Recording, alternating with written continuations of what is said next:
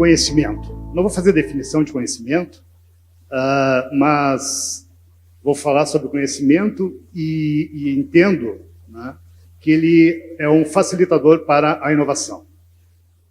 Nos últimos 13 anos eu tenho trabalhado com esse tema. Não é saudade, isso faz 34 anos, né, quando lançaram a trilogia De Volta para o Futuro. Tinha 25 anos. Me deu uma saudade de várias coisas, né? Tinha mais cabelo, cabelo é mais preto, menos barriga, né? Mas uma coisa que tem lá e continua tendo aqui é essa visão de futuro. O que vai acontecer pela frente? Como é que a gente vai? O que vai acontecer amanhã? O que vai acontecer daqui a 10 anos?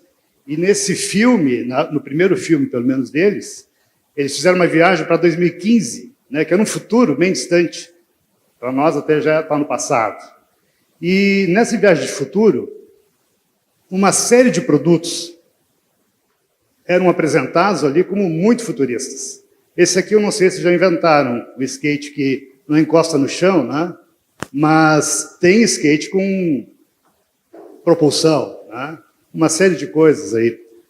O outro produto que tem a ver um pouco com essa semana é o tênis da Nike iluminado, né? Há 35 anos isso era uma novidade.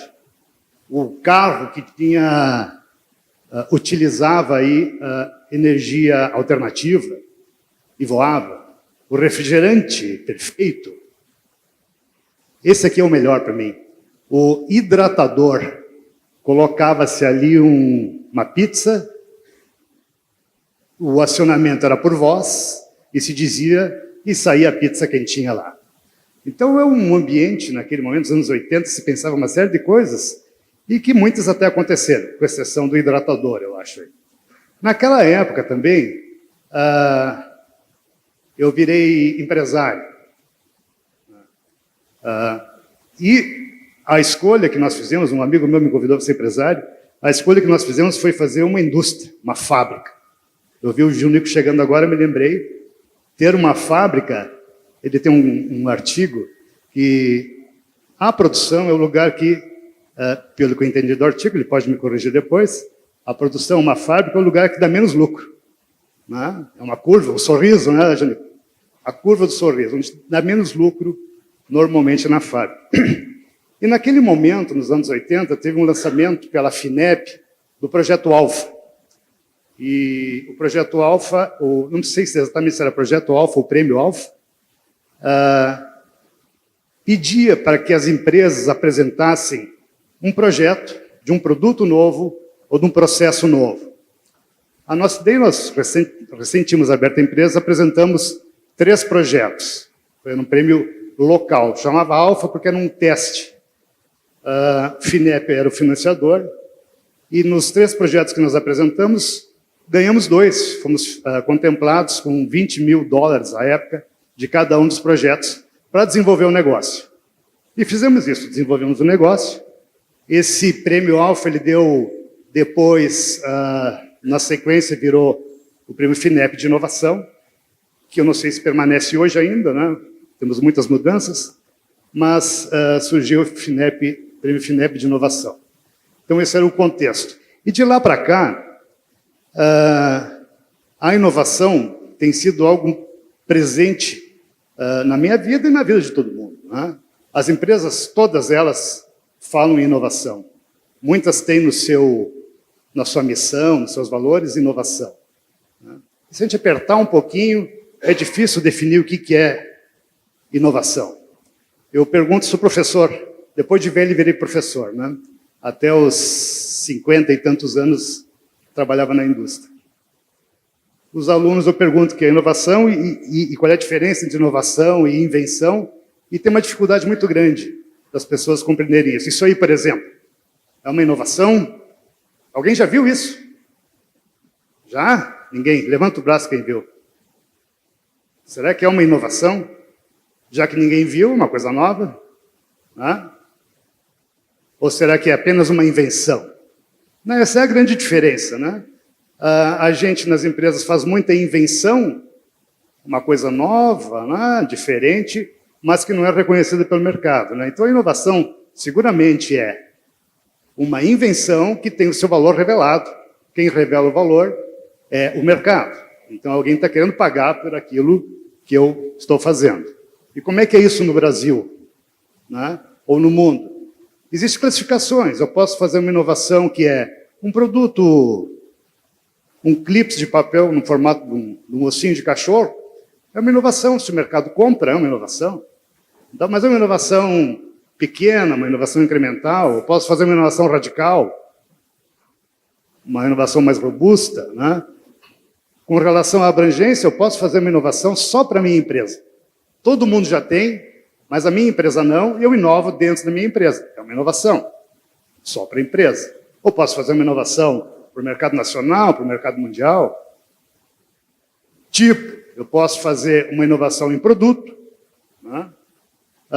Aprimorar um produto, fazer um produto completamente novo, ou uma inovação em processo, melhorar o meu processo, mais eficiência, maior capacidade, menos custo, um processo de mercado, marketing, modelo de negócio. A gente vê hoje, né, modelos de negócio que não se tinha ideia antes, né, as empresas mais vendem serviço do que produtos, né? E, finalmente, inovação em gestão, né? Então, tudo são inovações, né? Mas qual é o quadro brasileiro? Qual é o resultado que nós temos no Brasil? Aí tem uma pesquisa nacional, que é a Pintec, a última foi de 2014, que é feita com empresas que têm mais de 10 empregados e que são consideradas inovadoras. Tem um critério para ser considerada inovadora, são mais ou menos 100 mil empresas brasileiras, e essas empresas que são consideradas inovadoras respondem o questionário. Aqui não responde esse questionário. Responde, né? Sim. E a resposta, a evolução das empresas inovadoras do Brasil é essa, né? Em média, desde 2000 a 2014, 30% até 35%, 36% das empresas brasileiras consideradas inovadoras realmente fizeram alguma inovação daquelas que eu falei antes. Um produto, processo, marketing, mercado, inovação incremental, inovação radical. E olhando os setores, o setor de têxteis, vestuário, couro, tem ali um pouco abaixo da média. Enfim, cada setor tem uma característica. Que tipo de inovação nós fazemos no Brasil? Né? Se a gente olhar aqui, em torno de 15% é inovação em produto para a empresa. Então, a inovação nossa é uma inovação local para a empresa. A inovação para o mercado, apenas 4% das empresas brasileiras consideradas inovadoras fazem inovação para o mercado nacional, no mercado mundial. Inovação em marketing tem diminuído desde o tempo dessa pesquisa, de 2000 até agora. Já foi 50%, passou a 32%. Percentual de investimento das empresas tem baixado, já foi 3,83%, na última pesquisa, 2,5% da receita líquida investida em inovação nas empresas. E também, esse investimento é diferente de setor para setor. Tem setor, por exemplo, ali de telecomunicações, investe 10% do seu faturamento em inovação. Mas parece que não tem dado muito resultado, né? Comunicação aqui. Podemos fazer esse investimento interno e externo na empresa. A gente observa aí que o investimento dentro da empresa subiu por bastante tempo e se estabilizou agora em torno de 30%. E o investimento fora da empresa tem aumentado. Isso talvez revele a importância da inovação aberta, Open Innovation. O pessoal tem falado muito, né? Open Innovation não é eu espalhar, passar a informação, espalhar o que eu sei de graça, né? É um método adequado de eu levar a informação e buscar informação, buscar conhecimento para a minha empresa. Isso parece estar acontecendo. Segundo a Pintec, as empresas consideradas inovadoras estão usando 42% hoje consultorias independentes, Quer dizer, tem um crescimento aí do fluxo de conhecimento. As empresas também estão usando centros de capacitação profissional. Nesse período todo, isso está crescendo, um fluxo de conhecimento. As empresas estão buscando testes, instituições de teste, ensaios e certificações, também tem algum relacionamento com conhecimento. Agora, se a gente olhar mais de perto, as universidades, os institutos de pesquisa, têm um papel muito importante no mundo inteiro para o desenvolvimento do conhecimento. Elas não fazem isso sozinhas, né? O conhecimento não se produz na universidade e se passa por um paper e fica guardado numa prateleira, como alguns entendem ou achavam que era assim. Talvez alguns ainda façam isso. Mas, no mais das vezes, esse conhecimento produzido na universidade, ele precisa ser publicado e precisa ser aplicado. Cada vez mais, isto é importante. E agora vejam, isso tem aumentado, mas apenas 28% das empresas consideradas inovadoras no Brasil buscam o conhecimento na universidade. Mas há sim um fluxo de conhecimento positivo aqui. Agora, ter uma cooperação efetiva com a universidade ainda é algo muito pequeno no Brasil. Apenas aí 3, 4% das empresas brasileiras têm relação com a universidade. Né? Então, isso é uma coisa que há um espaço enorme para que esse fluxo de conhecimento nos dois caminhos, da universidade para a empresa e também da empresa para a universidade, para que o conhecimento se desenvolva, para que se consiga fazer produtos e processos mais inovadores, para que se tenha uma gestão mais inovadora. Que formas são essas? Né? Como é que eu faço isso? Quais são as razões para a interação? Por que eu vou, como empresa, me relacionar com uma universidade? Né? Algumas razões são essas. Acesso ao conhecimento, acesso à infraestrutura, né? Especialmente no Rio Grande do Sul, nós temos uma concentração, a maior concentração relativa de doutores está no Rio Grande do Sul. Parques tecnológicos consolidados está aqui no Rio Grande do Sul. A concentração dos doutores no Rio Grande do Sul, os parques no Rio Grande do Sul. Temos uma infraestrutura muito boa para isso. Agora, financiamento. Né? Se a gente olhar a 2013, 2014, teve o governo federal fez um aporte de 32,9 bilhões para inovação nas empresas. Né? Financiamento, né, importante, que tem diminuído, né? De lá para cá só tem diminuído. Mas esperamos que um dia retorne. Mas quando o governo fez aquilo, lá em 2013, ele fez uma diferença, uma coisa diferente. Que até então sempre se dizia, tem dinheiro para inovação, o que não tem é projeto. Projeto adequado para a oferta de dinheiro existente. Né? E a partir de 2013, os projetos da FINEP diziam o seguinte, será avaliado com uma pontuação maior o projeto que tem uma universidade junto com a empresa. O que aconteceu aí, se falava sempre que sobrava dinheiro para pesquisa, para inovação, para as empresas, especialmente não reembolsável, não chame de fundo perdido, que eles não gostam, né? Tem que dizer não reembolsável. Aconteceu o seguinte, o número de projetos bons subiu exponencialmente. Né? Foi enorme. Então, aqueles 32,9 bilhões, teve uma oferta teve uma demanda 3 vezes superior àquilo que foi ofertado. Se foi assinado o contrato, se aquilo deu resultado, não é a questão nesse momento. Né? Podemos questionar isso em outro momento. Mas o acesso, junto com a universidade, naquele momento, foi um ponto positivo. Outra coisa que nós podemos, para a empresa, que justifica a empresa se relacionar com a universidade, é acesso a incentivo fiscal.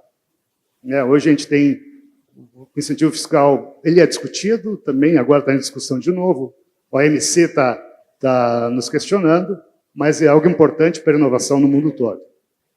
Reconhecimento, prestígio. Não há dúvida que uma empresa se relacionando com a universidade traz prestígio para a empresa. Por outro lado, traz prestígio para a universidade também.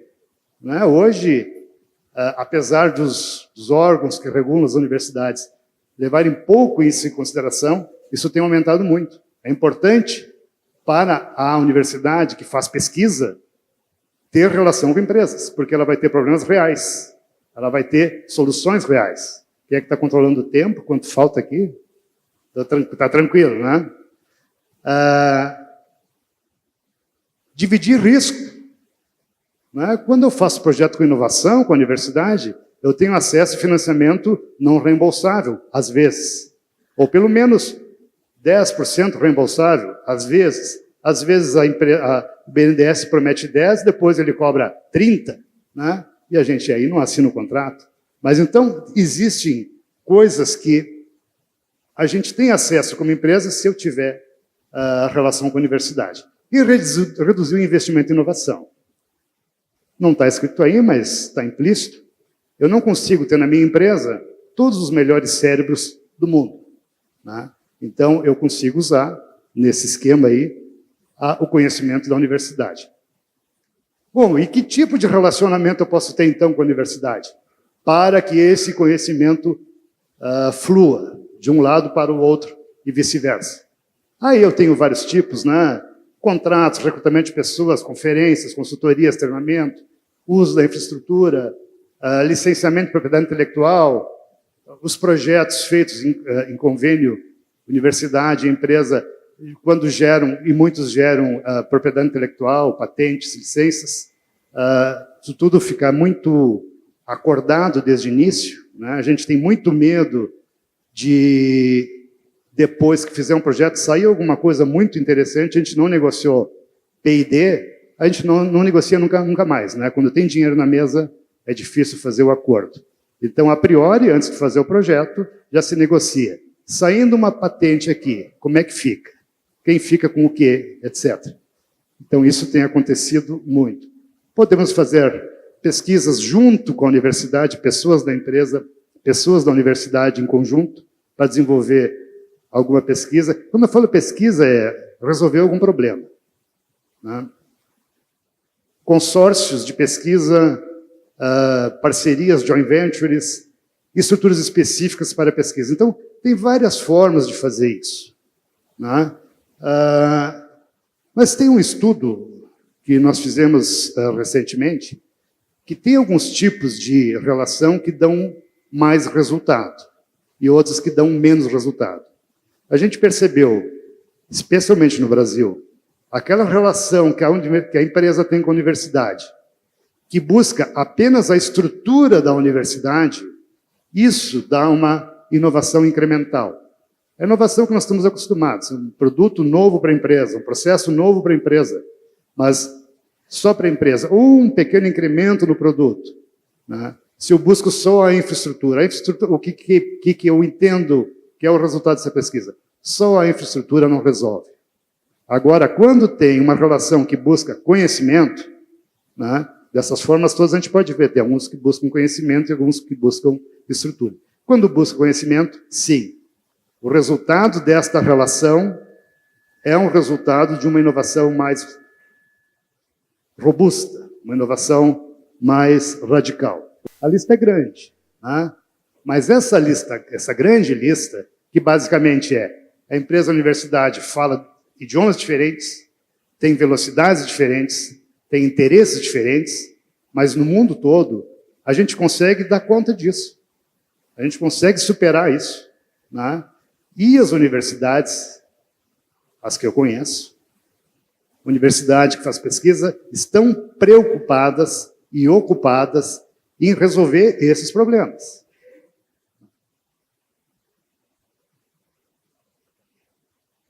E o incentivo fiscal.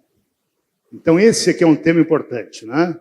O incentivo fiscal, aí de 2004 para 2014, aumentou 3,5 vezes o incentivo fiscal brasileiro. E a inovação aumentou em... Fica até difícil de ver quantos por cento. 0, alguma coisa. Né? Então, também, a gente tem que levar isso em consideração. Eu não estou dizendo que o incentivo não é importante, pelo contrário. No mundo todo, o incentivo é muito importante. A inovação tem um grande risco de eu botar dinheiro e o final ser nada, ser zero, ou ser um aprendizado, né? Nós não queremos só o aprendizado, nós queremos aprendizado e queremos ganhar um lucro maior, né? Então, vendo esse quadro, vendo a situação mundial, os incentivos que o país, que o Brasil vinha mantendo, o questionamento da OMC, os atuais ministros brasileiros, o presidente, etc., e esse quadro, talvez tenhamos mudanças na questão do incentivo fiscal. Bom, resumindo, né, o quadro da inovação brasileira, das empresas com mais de 10 empregados, consideradas inovadoras, que em algum momento se manifestaram em prol da inovação, mais ou menos 100 mil empresas, em média, nesse período todo, nos últimos 15 anos, tem uma taxa de inovação de 34%. Inovação de todos os tipos. Quer dizer, um terço das empresas inovadoras fizeram algum tipo de inovação. Processo, produto, mercado, em algum nível de abrangência, local, mundial, em algum nível de intensidade. É pouco. Agora, produto novo para o mercado nacional, apenas 3,8% das empresas fizeram. Processo para o mercado nacional, processo novo para o mercado nacional, apenas 2% das empresas fizeram. Fica a gente olhando isso aqui, o que nós vamos fazer? Chorar? Não, né? Senão eu não ia estar aqui falando, né? Eu falei, a tônica é esse fluxo do conhecimento, né? Que acontece, que sempre acontece o tempo todo, e esse aqui é um ambiente para isso, né? Essa iniciativa aqui é uma iniciativa muito importante para a gente poder discutir. A gente não consegue trazer aqui todos os dados ou todas as ideias, mas consegue lançar uma semente, né? Nós fizemos uma pesquisa com empresas brasileiras que tiveram relação com a universidade em um período de 3 anos. Coletamos os dados entre 2007 e 2009. Responderam aí aproximadamente 400 empresas e mais ou menos 1.000 grupos de pesquisa de universidade responderam essa pesquisa. Uma pesquisa enorme, envolveu 16 universidades no Brasil, tem algumas publicações sobre isso. E, com relação à taxa de inovação, a gente percebeu que as empresas que tiveram relação com a universidade naquele período anterior a 2009, durante 3 anos, tiveram uma taxa de inovação de 91,4%. Isso é revelador, né? Eu não quero afirmar e não posso afirmar, o método da pesquisa não permite afirmar que a empresa ter relação com a universidade vai dar inovação. Não é isso, seria um absurdo dizer isso. Não há capacidade com os dados coletados. Mas sim, há uma relação positiva da relação da empresa com a universidade para a inovação da empresa. Segundo ponto, 3 vezes mais inovadora do que as empresas normais, né? Segundo ponto, produto novo para o país. Deste grupo de empresas, o desempenho foi 10 vezes maior. 41,2% das empresas produziram, naquele período, um produto novo para o mercado nacional. 10 vezes mais que as empresas consideradas inovadoras no Brasil. E inovação em processo, especialmente processo produtivo da empresa, 24% das empresas fizeram inovação em processo. Um processo novo para o país. Então, a minha contribuição aqui, que a gente vai poder discutir mais tarde, né? Pela programação, é isso? Como é isso? Mais detalhes, como isso acontece, mas eu não tenho dúvida que esse fluxo de conhecimento entre universidade e empresa vai gerar mais inovação para as empresas. Obrigado.